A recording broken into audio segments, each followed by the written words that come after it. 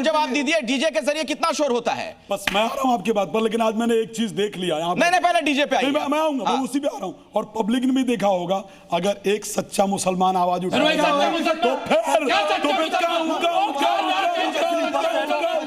फिर शुरू हो जाएंगे। अगर आज मैंने देखा कैसे एक सच्चे मुसलमान, अरे सच्चा और नकली में बात नहीं हो रही है, कौन सच्चा है और सच्चा नहीं है, नकली। मैंने सच्चा मुसलमान का, मैंने तुम्हें पाखंडी और झूठा नहीं कहा। अरे भाई सिर्फ तो पाखंडी आते थे, इसीलिए मैंने कहा कि सच्चे मुसलमान को इस देश के जिहादी काटने दौड़ते हैं, ध्यान रखना। चलिए डीजे पे आइए, मुद्दे पे आइए राजेश जी। नहीं, मुद्दे पे आइए,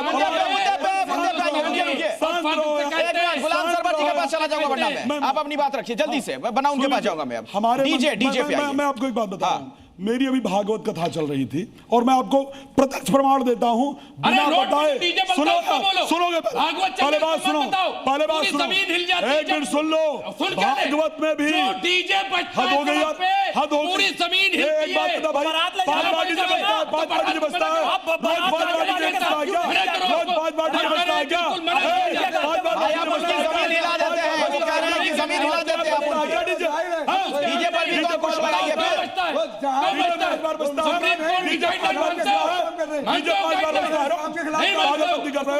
सुन लो, प्रत्येक मंगलवार को सुंदरकांड होता है। मैं एक मंदिर का पृष्ठ भी हूँ, ठीक है? और मंदिर के बाहर अगर उसकी आवाज निकल जाएगी ना, तो उस दिन में आपके यहाँ गुलाम। बात व्यक्तिगत नहीं हो रही है, किसी एक मंदिर की नहीं हो रही है। मैं कह रहा हूँ जब शोभा यात्राएं निकलती हैं, कांवड़ यात्रा निकले, जो डीजे वाला बजाता है बहुत तेजी के साथ। प्रॉब्लम ये है कि जब भी कोई कानून आता है, हिंदू समाज उसका पालन करता है और मुस्लिम भी कुछ अच्छा और हम भी ऐसा मुस्लिम समाज पालन करता है, लेकिन नहीं पालन करता है भी हमने पूरी डिबेट। ऐसा है क्या गुलाम सरवर जी? ऐसा है क्या कि गाइडलाइन मानना चाहिए? आप कानून का पालन नहीं करते हैं? कानून का पालन, एक मिनट आप कानून जल्दी से छोटे में गुलाम सरवर जी पर जाना। संसद भवन के अंदर एक कानून आ रहा था वक्फ बोर्ड पर, 500 लोगों का घर बंगाल में किसानों का भी तो आया, निकाल कर तो किसान के कौन सा कानून का पालन? तो किसान देशद्रोही है गुलाम सरवर जी। गुलाम सरवर जी, अगर कानून बना हुआ है, अगर नियम है लाउड स्पीकर को लेकर, उसका पालन क्यों नहीं किया जाता है? हो गया? अरे देखिए, चिल्लाइए मत, रुकिए, बारी बारी से, बारी बारी से किसी हो गया, बारी बारी से।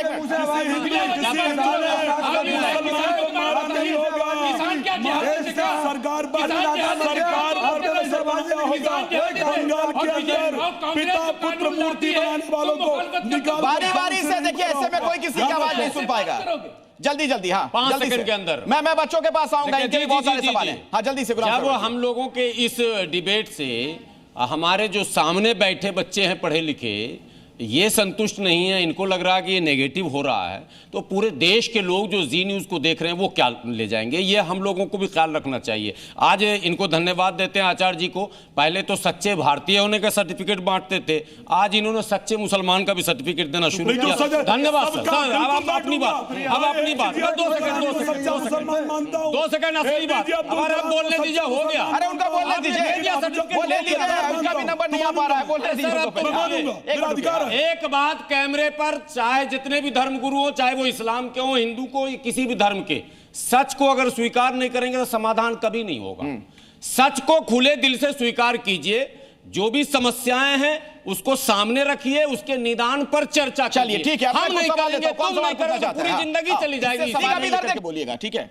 आप नाम नहीं जान रहे हो तो इशारा करके बताइए। मेरा सभी से सवाल है कि कॉन्स्टिट्यूशन आर्टिकल 25 जो है वो पब्लिक को फ्रीडम देता है कि आप रिलीजियस फ्रीडम फॉलो कर सकते हैं, पर क्या वो परमिशन देता है कि आप कोई भी मतलब ऐसे वो कर दीजिए, हल्ला हंगामा करें? ठीक है। और किसका सवाल है? आप पूछिए, एक साथ 2-3 मेरा सवाल ये है कि जब मतलब कि अजान हो रहा है या फिर भजन हो रहा है, वो हर चीज हिंदू मुस्लिम क्यों हो जाती है? ये तो माइक में जोर से बजाना, ये नॉइज पॉल्यूशन है, तो हर चीज को हिंदू मुस्लिम क्यों जोड़ते हैं? 100 बात की एक बात, ये नॉइज पॉल्यूशन है, इसको हिंदू मुसलमान क्यों बना दिया जाता है? चलिए हाथ दिखा जवाब दीजिए। बात ये है कि हमारे देश संविधान से चलने वाला मुल्क है, हमारे मुल्क के हिंदू ये कह रही है कि नॉइज पॉल्यूशन हिंदू मुसलमान क्यों बना दिया जाता है? अगर हमारे यहाँ इस्लाम में ये कहता है इस्लाम के किसी को अपनी जात से तकलीफ, अगर अजान से किसी को तकलीफ हो रही है तो उस इलाके के माइक को साइलेंट कर दिया जाता है, कम कर दिया जाता है। कर दिया जाता है? हमारे यहाँ कर दिया जाता है, हमें दुनिया की नहीं मालूम। हमारे यहाँ जामिया नगर ओखले में कोई तकलीफ है, कोई बीमार है, उसके इलाके से भी कम कर दी जाती है। और वॉइस सिर्फ इतनी जाना चाहिए जिससे हमारी आवाज पहुंचे, इसके अलावा कुछ नहीं होना। मेरा सवाल सभी से है, शो का नाम ही है लाउड स्पीकर वर्सेस डीजे, आप दोनों समुदाय को उस पे समाधान निकालना चाहिए। आप खुद ही लाउड स्पीकर और डीजे बन के यहाँ पर चिल्ला रहे हैं। आप जवाब दीजिए, आप जवाब दीजिए। नहीं ये जवाब देंगे।